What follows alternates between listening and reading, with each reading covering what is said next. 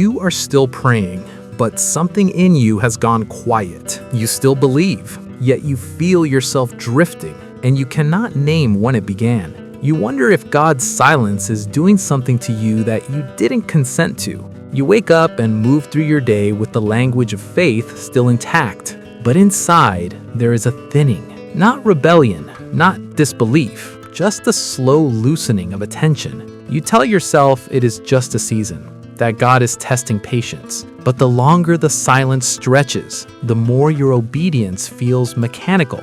You do the right things, you show up, yet your heart is no longer leaning forward. This is where the drift begins. Not in anger, in quiet adjustment. You start relying more on habit than hunger, more on memory than expectation. You stop listening for God's voice and start managing without it. That shift feels responsible at first. You tell yourself faith should not depend on feelings. And that is true, but it is not the whole truth. Because there is a difference between enduring silence and reorganizing your soul around it. One is trust. The other is slow self-sufficiency. You notice your prayers shorten, not because you are busy, but because you do not expect interruption. You speak, then move on. You read scripture, but you are no longer waiting for it to read you. You are informed, not confronted, comforted, but not searched. Psalm 13:1. The silence presses a deeper question.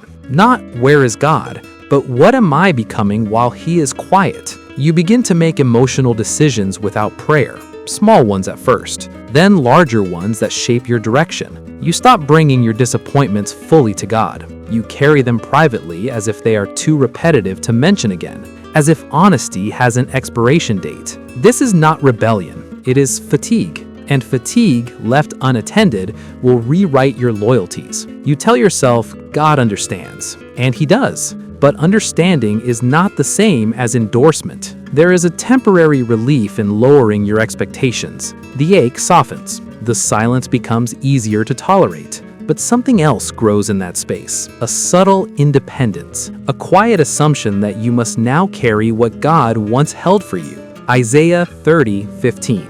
The relief does not last, because the heart was not made to be self-led. It was made to be answered. So tension returns, stronger this time, not as pain, but as dull disorientation. You are still faithful, but less responsive, still obedient, but less alive, still walking, but unsure why the road feels longer. You begin to confuse God's silence with His distance, and distance with disinterest, and disinterest with permission to emotionally disengage. This is where the drift deepens, not away from belief, but away from dependence. You do not stop trusting God's character. You stop leaning on it, and the difference matters more than you think. Lamentations 3:31-33. There is another kind of silence you have not considered, not absence, but restraint, a quiet that refuses to rush your maturity, a quiet that exposes what surfaces when reassurance is removed.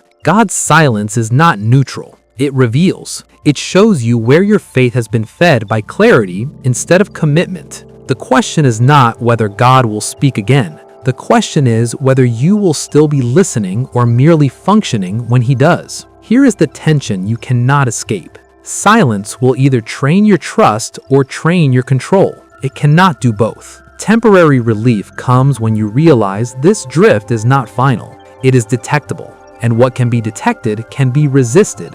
But resistance will cost you. You must bring your full attention back without guarantees. You must pray without negotiating timelines. You must obey without emotional confirmation, not to earn God's voice, but to remain oriented toward it. Habakkuk 2:1. This is the turning point. Not when God speaks, but when you choose not to reorganize your faith around His quiet. You stop asking for constant reassurance, and you stop withdrawing when it does not come. You stay present in the tension. You let the silence search you instead of shaping you.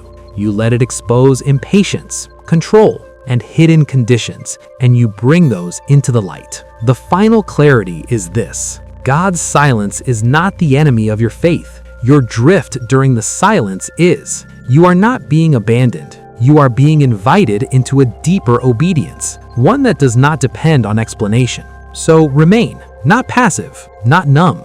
Remain attentive, remain honest, remain obedient even when reassurance is withheld. Because when God does speak again, and He will, you want to recognize His voice without needing it to rescue you. Let the silence refine you, not replace Him.